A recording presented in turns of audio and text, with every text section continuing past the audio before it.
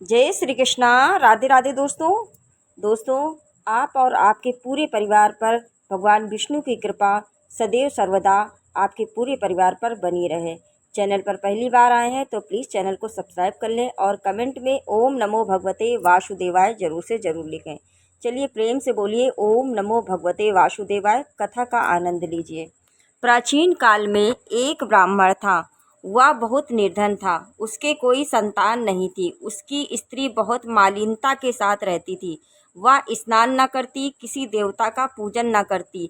इससे ब्राह्मण देवता बड़े दुखी थे। बेचारे बहुत कुछ कहते थे किंतु उसका कुछ परिणाम न निकला।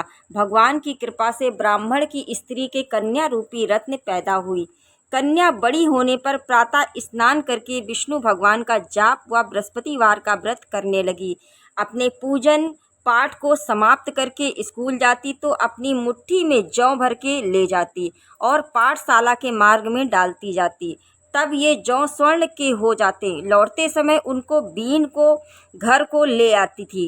एक दिन वह बालिका सूप में उस सोने के जौ को फटक कर साफ कर रही थी कि उसके पिता ने देख लिया और कहा, हे बेटी, सोने के जौ के लिए सोने का सूप होना चाहिए। दूसरे दिन बृहस्पतिवार का दिन था। इस कन्या ने व्रत रखा और बृहस्पति देव से प्रार्थना करके कहा, मैंने आपकी पूजा सच्चे मन से की हो तो मेरे लिए सोने का सूप दे दो। बृहस्पति देव ने उसकी प्रार्थना को स्वीकार तो कर ली। रोजाना की तरह वह कन्या जौ फैलाती हुई जाने लगी। जब लौटकर जौ बीन रही थी तो बृहस्पति देव की कृपा से सोने का सूप मिला। उसे वह घर ले आई और उसमें जौ साफ करने लगी, परंतु उसकी माँ का वही ढंग रहा। एक दिन की बात है, वह कन्या सोने के सूप में जौ साफ कर रही थी। उसी समय उस शहर का राजपुत्र वहां होकर निकला। इस कन्या के रूप और कार्य को देखकर मोहित हो गया तथा अपने घर आकर भोजन तथा जल त्याग कर उदास होकर लेट गया। राजा को जब इस बात का पता लगा तो अपने प्रधानमंत्री के साथ उसके पास गए और बोले, हे बेटा, तुम्हें किस बात का कष्ट है? किसी ने अपमान किया है अथवा और कारण हो सो कहो, मैं वही कार्य करूँगा जिससे तुम्हें प्रसन्नता हो। अपने पिता की राजकुमार ने बातें सुनी और वह बोला, मुझे आपकी कृपा से किसी बात का दुख नहीं है। किसी ने मेरा अपमान नहीं किया है, परंतु मैं उस लड़की से विवाह करना चाहता हूँ जो सोने के सूप में जौ साफ कर रही थी। यह सुनकर राजा आश्चर्य में पड़ा और बोला, हे बेटा, इस तरह की कन्या का पता तुम ही लगाओ। मैं उसके साथ तेरा विवाह अवश्य ही करवा दूंगा। राजकुमार ने उस लड़की के घर का पता बतलाया। तब मंत्री उस लड़की के घर गए और ब्राह्मण देवता को सभी हाल में बतलाया।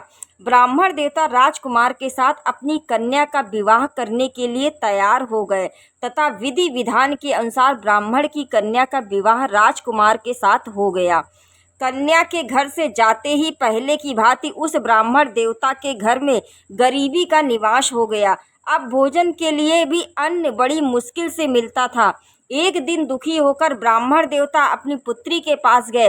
बेटी ने पिता की दुखी अवस्था को देखा और अपनी माँ का हाल पूछा। तब ब्राह्मण ने सभी हाल कहा। कन्या ने बहुत सा धन देकर अपने पिता को विदा कर दिया। इस तरह ब्राह्मण का कुछ समय सुखपूर्वक व्यतीत हुआ। कुछ दिन बाद फिर वही हाल हो गया। ब्राह्मण अपनी कन्या के यहाँ गया और सारा हाल कहा तो लड़की बोली, हे पिताजी, आप माता जी को यहाँ लिवा लाओ। मैं उन्हें विधि बता दूंगी जिससे गरीबी दूर हो जाए। वह ब्राह्मण देवता अपनी स्त्री को साथ लेकर पहुँचे तो वह अपनी माँ को समझाने लगी, हे माँ, तुम प्रातःकाल प्रथम स्नानादि करके विष्णु भगवान का पूजन करो तो सब दरिद्रता दूर हो जाएगी। परंतु उसकी माँ ने एक भी बात नहीं मानी और प्रातःकाल उठकर अपनी पुत्री के बच्चों की जूठन को खा लिया। इससे उसकी पुत्री को भी बहुत गुस्सा आया और एक रात को कोठारी से सभी सामान निकाल दिया। अपनी माँ को उसने बंद कर दिया। प्रातःकाल उसे निकाला तथा स्नान आदि करा के पाठ करवाया तो उसकी माँ की बुद्धि ठीक हो गई और फिर प्रत्येक बृहस्पतिवार को व्रत रखने लगी।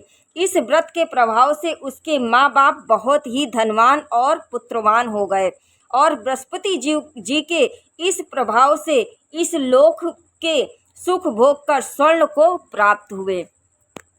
ओम नमो भगवते वासुदेवाय। दोस्तों पहली बार आए हैं तो कमेंट में ओम नमो भगवते वासुदेवाय लिख लीजिएगा, और चैनल पर पहली बार आए हैं तो चैनल को सब्सक्राइब कर लीजिएगा। चलिए दोस्तों, मिलते हैं नेक्स्ट वीडियो में। राधे राधे।